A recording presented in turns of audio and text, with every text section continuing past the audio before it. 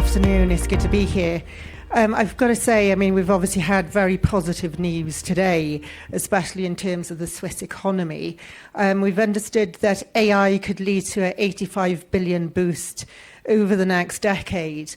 And obviously, much has been said about the transformational power of AI. And I'd like to start the discussion today by looking at the success that AI has brought to each of your companies and the wider sphere as well that you're in. So I'm hoping, Max, you can kick this off for us. Thank you. Thank you so much. My name is Max Honin. I am co-founder of Jiro. We invent new therapies with the use of physics and AI. And AI was a real enabler for us to make the progress in our business. We work with Roche, with Pfizer, helping them to identify the new therapies, and we focus on aging internally. We rejuvenated mice, now going to dogs and humans. All this is happening just because we have access to 100 million of electronic medical records, and we as humans now is the most researched species on this planet. But without the machine learning, it would be really impossible to make any sense of this amount of data. So AI came in the right time when the big data arrived, and when we got inspiration from the nature, when we saw non-aging animals, all that coming at the same time made us who we are now. Charles, can you give your perspective as well, please? Yeah, it's great to see everyone here. Thank you for coming, and thank you for hosting.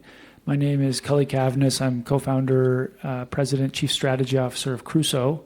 We build vertically integrated AI infrastructure, power plants, data centers. We buy and install chips from the likes of NVIDIA, and then we have a software layer on top that provides computing capacity through the cloud to companies that train AI models, run inference, or do fine-tuning with AI models. And so, AI really is the core of our product offering and the infrastructure that we build. And we see, I would say to your question about like where have we seen success within AI, many of our customers are now starting to go from that training, product market fit, exploration phase now to it's really working, and you see the inference growing, meaning the product is being used, it's being deployed, and starting to scale. So I think that's quite exciting. It means to me that there's a real market behind all this where you see the use on the inference shift. That to me is a very clear signal of product market fit. So very excited to see that. Sandra. My name is Sandra Trittin, and I build software platforms based also on data and AI. And what we are doing is we are interconnecting different types of assets in the energy system on residential and commercial level. So meaning heat pumps, solar systems, storage systems, and we are providing them as flexibility services to the energy grids and to the energy system. And thanks to AI, we can do that much more efficiently. So that's one thing. We have much more data available nowadays with all the smart meters. You can measure up to 1 second per asset. That's a tremendous amount of data coming in. And thanks first to machine learning and now to AI, the processing is much easier, the learning and the predictability on what is going to happen in the future as well. And that's really important because nowadays with our energy system, with all the renewables entering, we need to have it more and more predictable, forecastable, so that we can optimize between demand and supply in the best efficient way. Thanks. So in two ways. The first way, it creates demand for us, especially on our cybersecurity side, because you have AI running through so your enterprise, you're concerned, and that's where we've developed sort of a post-quantum cryptography product as well as an IIS shadow sort of protection system. So that's from an external market perspective. Internally, one of the things that AI is good in terms, when I think about sort of drug discovery specifically, it does a lot of the research, but it's very hard for it to hypothesize in terms of new type of medicine, of drug discovery, of connections. And that's where there's a lot of data. Right now, LLMs use the internet pretty much as their data. So it's missing some critical sort of physical data, and we create that in silico. So we create models, and that helps us create a database after which we can sort of analyze and find out those new potential drug discoveries with our partners and reduce the drug discovery. I was just today in a session by Pfizer CEO, and he mentioned it takes them 8 years to know whether their bet was correct or not. That's 8 years. And if it's wrong, all that cost down the drain. If we can reduce that, even by half or by 20%, just imagine the value that can happen over there. So we're still waiting for the first AI-created drug. We're not there yet, but they believe, I guess, in the next few years we'll have the first contender, at least. It sounds like we were in the same discussion earlier on today. I just wondered, have you been surprised at the speed of transformation so far, and how has it been embraced in your field? Sandra? Yeah, it gave us a lot of speed and a lot of advantage, because as I mentioned at the beginning, there was the issue there was not enough data. Then all of a sudden that got solved through installation of metering, sensors, and all of a sudden you can measure almost everything around you and in your environment. But you need to make it, give it a sense, right? Give it a purpose for why you measure what you're measuring and what you want to reach with that. So probably you have found the purpose, but then it's really about how can you bring that purpose also to life. In our example, optimizing the demand of energy with regards to the renewable energy production. And the speed and the efficiency gain is really tremendous on that side. Yeah. And what are your thoughts, Max? Thank you.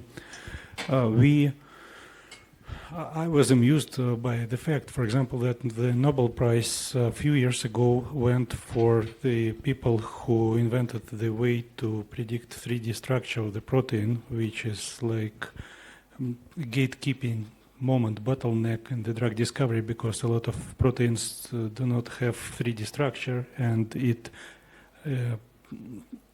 delays drug discovery efforts. With AI coming and agentic AI coming, we were able in few months to develop technology that supersedes this Nobel Prize winning thing, just because AI agents are scraping the internet for patents, for literature, and we gained powerful tool which is more powerful than Nobel Prize winning thing a few years ago, and it's accelerating. It's truly like amazing to see it, how it works immediately in your hands. I mean, for us, we see the acceleration through just the pace of change in the infrastructure and the size and the demand for AI data centers and electricity. Our flagship project is the Abilene project, which is known as Project Stargate. This is 1.2 gigawatts that's under construction right now in Texas, in the United States. This is a data center that's such a size that has never really been seen before, and it's actually something that now all the big hyperscale AI companies are wanting, many of these types of campuses, and you see announcements coming now almost every week about new multi-tens of billions of dollars investments going into the infrastructure. So I think that's just a market condition that shows you about the rate of change. It's like quite interesting to see. And on that point, because we see a lot of the rate of change more in the software sort of side, but if you don't control the entire stack, there's going to be at some point some bottlenecks. So how that changes in terms of our ability to create those data centers and chips and all that really depends on how fast the industry would continue to accelerate or not. I just wondered, how are you using AI to scale your firms? We have a lot of great use cases internally. We have a big initiative this year to really implement AI across all of our workflows, whether it's in the manufacturing plant. One example, we have about 600 employees in manufacturing roles across 4 factories. And there's a common problem where sometimes a part will not have the correct label on it, and many parts look like other parts. It can be a small piece of copper, and it just has a slight bend or a hole that's only 1 inch difference, and those can be 2 different parts. So it was taking our team many hours to identify these random spare parts that occasionally they find in the process. And somebody implemented an AI you use a camera to just photograph it on your phone, and the camera will diagnose which part it is, tell you the part number, and it's saving us like a huge amount of time on a process that was something that everybody hated to do. So I think it's a good example of how AI it's not like we deleted any jobs or reduced the workforce. In fact, we're hiring very quickly, but it lets our people spend more time on the high value work and less time on the things that reduce their morale that they actually hate to do, which is the administrative, repetitive tasks. AI is very good at that.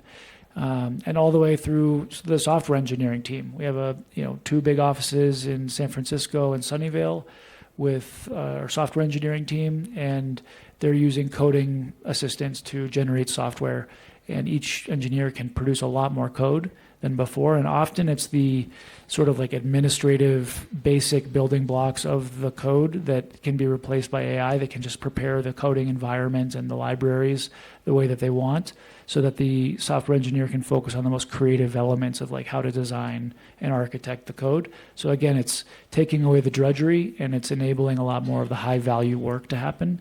And you can see that for manufacturing through software engineering. It's a very wide range of applications. I would give a couple of examples from our activity. First of all, we built the foundational model of health. It predicts next few years of the life of the patient, which disease will come when.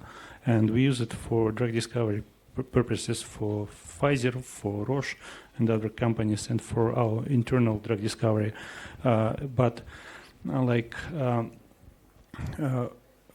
We are experts in aging. We found that most of the aging is irreversible, so we are making drug discovery the way that we first filter out irreversible part of the aging, and after that we are finding people who are doomed to have specific disease, go there, finding people who are not having this disease, still being doomed to have it, and we find the genetic mutations in these people which protected them from this disease, and we designed drugs mimicking these protective mutations. So doing that, we found that there are at least 40 clusters of age-related diseases having the same nature, meaning in each of these clusters there can be a blockbuster drug effective against a whole bunch of the diseases inside of this cluster. This scale of the innovation is unthinkable. So we partnered aggressively now with pharma and making our own drugs in-house. Another fact, it was really fun. We met one guy, he invested in us without meeting us. We finally met for dinner and we asked what's happening here. He told us that he had a conversation with ChatGPT. The conversation was like that. Look, I'm wealthy guy. I want to live as long as possible. What should I do? And don't tell me about the healthy lifestyle. And the answer was like, invest into the longevity drug discovery companies, and you will get the access to technology and information like a decade earlier than the world will have. And he invested in us. So we scale with AI. It went pretty fast then. It's something to also remember that the drug discovery market or the pharma is about $1 trillion. Longevity and wellness is 6 times that. So something to work on. Yeah, concretely in our case, on the energy side, where we use AI and where it brings a lot of advantage, is on one side that because we are connecting all the different types of devices in people's homes, we need to predict their demand for the future, right? So, and it's not only about the next minute or the next half an hour, but we need to predict for the next day, sometimes even for the next week. And you can imagine, depending on the weather, it's not always here as stable as today and sunny as today in Davos. That can get quite challenging. And then you have people living in the mountains, you have people living in the cities, different types of behaviors. So their AI is really direct in implication and a help and a leverage on doing that forecasting.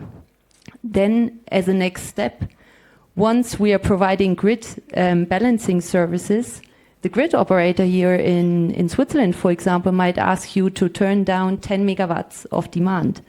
Now, I would need to decide on whose heating system or which battery I would need to shut down and for how long, so that it doesn't interfere with your comfort. And this is again where we leverage quite a lot of AI to build these algorithms to say, for example, I take the heat pump of my neighbor for 5 minutes, but on the other side, I can turn down for half an hour because the sun is shining and it's warmer on that side. And the last one is as well, we use it a lot on customer support. Because once you provide that data to the customer, and I don't know how many of you know your metering data, but probably if you see it, you might think like, hey, what the heck is going on? And you always get the same questions, which is by nature. And there AI helps a lot because we have now help to answer the questions more precisely, but also more efficiently for the company. So I think the first thing, and before Sandbox, I worked with Google for 12 years, and I focused on Gemini and Google Workspace. But I focused on Gemini before Gemini was cool.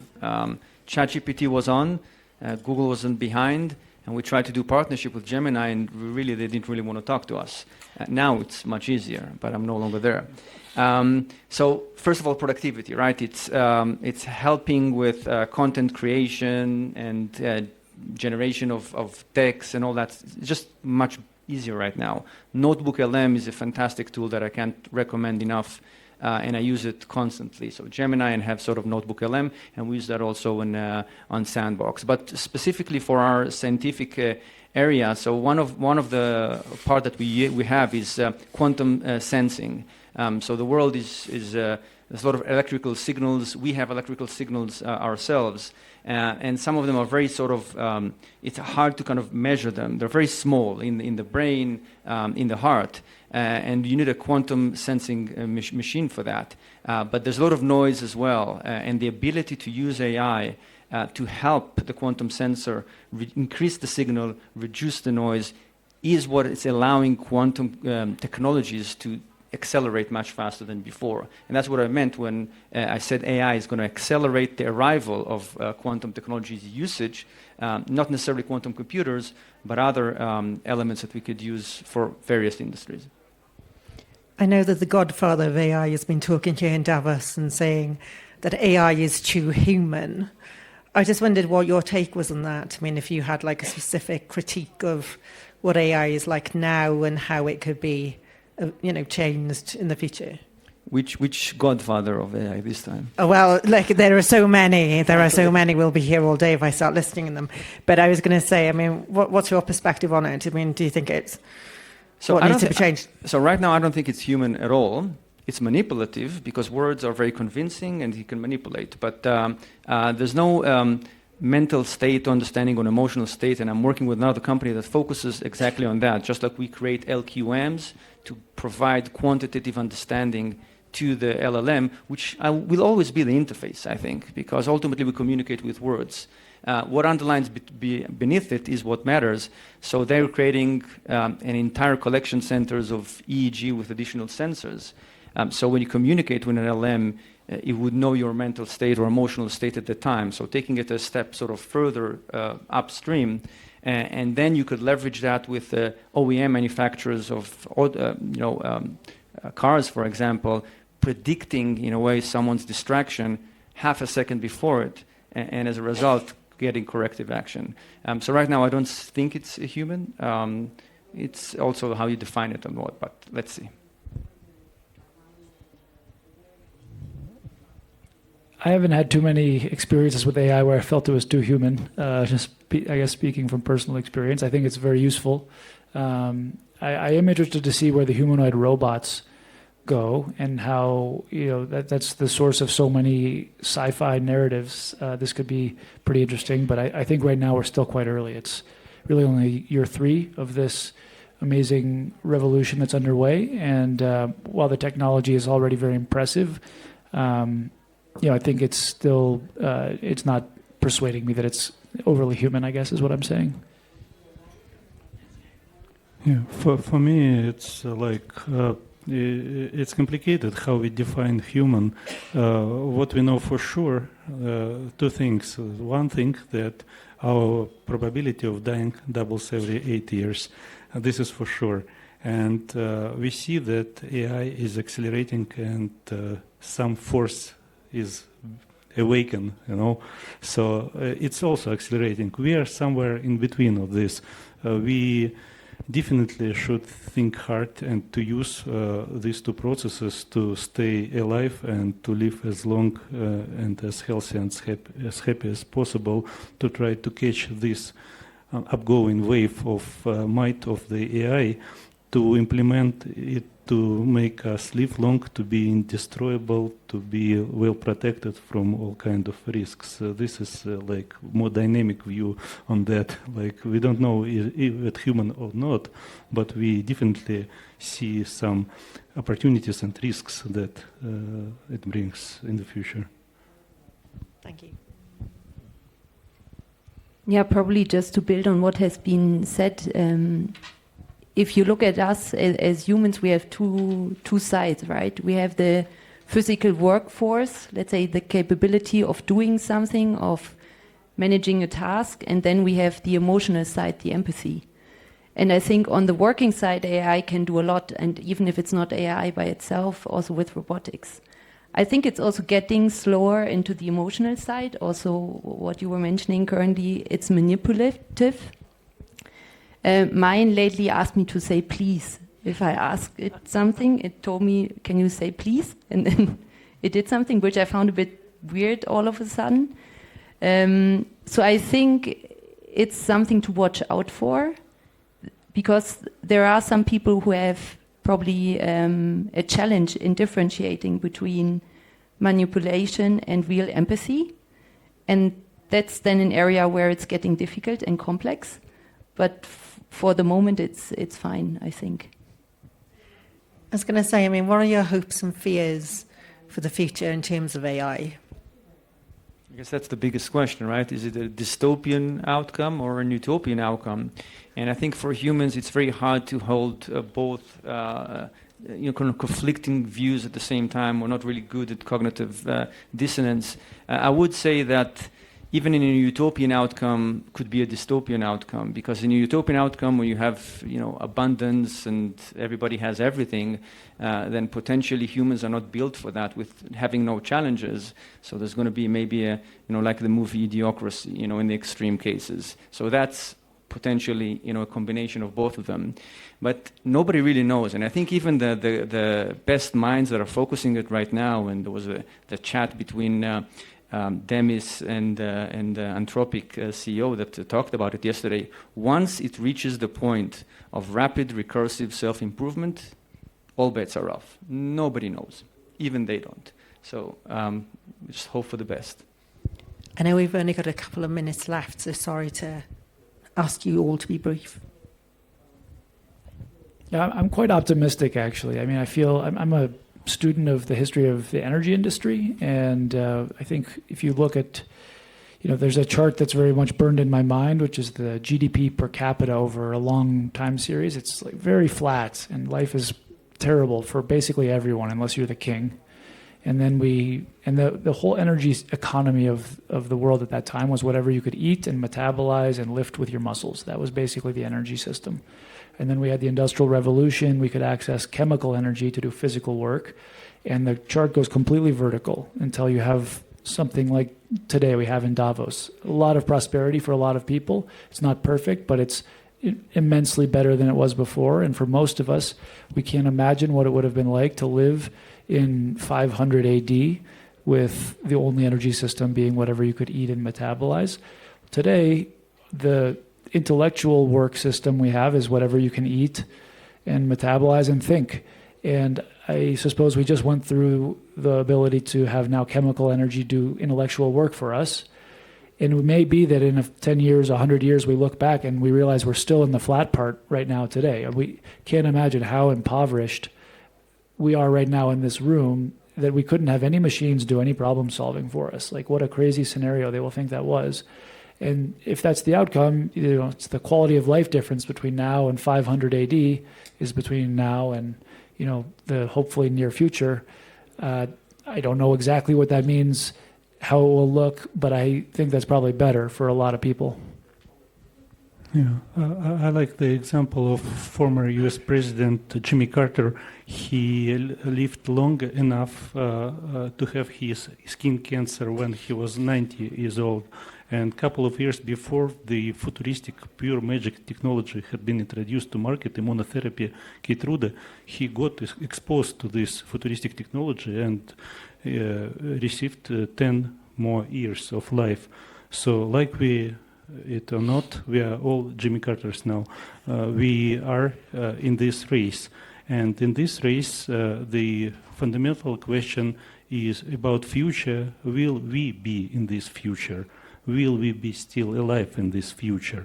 So the biggest hope with the AI that it will help us to get into this future, and the biggest fear that it will fail. Probably it's not really a fear, but I'm a tech geek, right? So for me, AI is like a tool to work, to improve, to do something better. And I'm just thinking what we should not forget above all of that is the human interaction. Because even if there is AI, and for sure it would be great to have here 4 avatars sitting and you could be all at home on the sofa, right? And we could have the same discussion. I personally think it would not have the same feeling and the same commitment, the same motivation to go out here and really change something. So this is just what I hope for the future, that even if there is more AI, wherever we have it in our lives, but to keep that personal interaction. Well, can I just say thank you so much for your comments. It's been a really fascinating discussion and